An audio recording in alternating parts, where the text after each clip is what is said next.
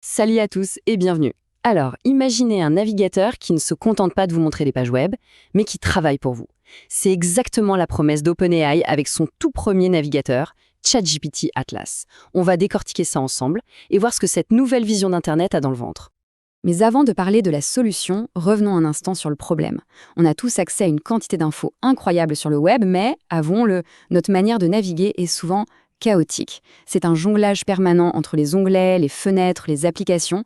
Au final, c'est une expérience super fragmentée et pas toujours très efficace. Franchement, qui ne le fait pas? C'est presque un réflexe maintenant. On trouve une info, hop, on copie, on ouvre un autre onglet, on colle dans le chat GPT pour avoir un résumé, une traduction ou juste pour poser une question dessus. Ce va-et-vient, c'est bien le signe que le web, tel qu'on le connaît, n'est pas encore vraiment fusionné avec l'IA. Et toute cette gymnastique numérique, eh bien ça nous ralentit. Ça casse notre concentration et ça peut même tuer la créativité dans l'œuf. On passe finalement plus de temps à gérer nos fenêtres qu'à vraiment réfléchir ou à créer. Ok, mais maintenant, imaginez une seconde si tout ça disparaissait. C'est le pari fou d'OpenAI.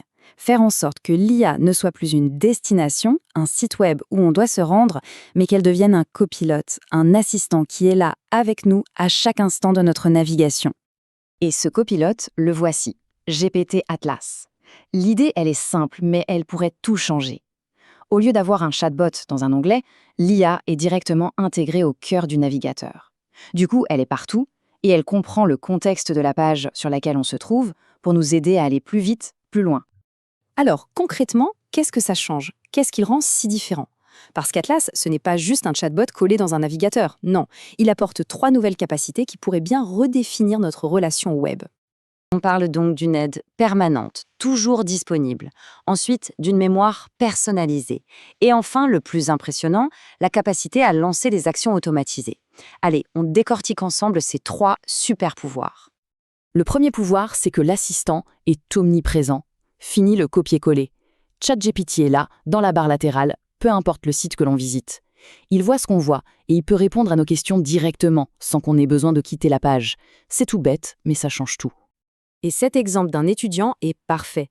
Il montre bien l'impact concret que ça peut avoir. Pour réviser, par exemple, plus besoin de jongler. L'apprentissage devient beaucoup plus fluide, plus interactif.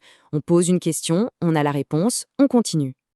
On passe au deuxième pouvoir, la mémoire. Atlas peut créer ce qu'ils appellent des mémoires de navigation. En gros, il peut se souvenir des infos clés des sites qu'on a visités pour nous donner des réponses plus tard, qui sont beaucoup plus pertinentes. On pourrait lui demander, par exemple, « Fais-moi un résumé de toutes les annonces d'emploi que j'ai regardées cette semaine ». Alors là, bien sûr, la première question qui vient, c'est « Et la vie privée dans tout ça ?» Le point crucial, c'est que cette fonction est totalement optionnelle. On a le contrôle. Si on active les mémoires, l'assistant devient plus malin. Si on les désactive, la navigation reste 100% privée. C'est aussi simple que ça. Et ce qui est vraiment bien pensé, c'est le niveau de contrôle qu'on nous donne. On peut aller voir ses mémoires, les supprimer et même dire à Atlas « Sur ce site-là, tu ne regardes rien », par exemple pour le site de sa banque. Et point très important, par défaut, rien de ce qu'on fait n'est utilisé pour entraîner les modèles d'IA. La transparence semble être la priorité.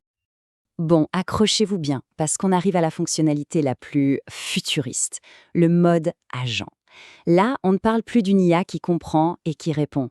On parle d'une IA qui agit à notre place.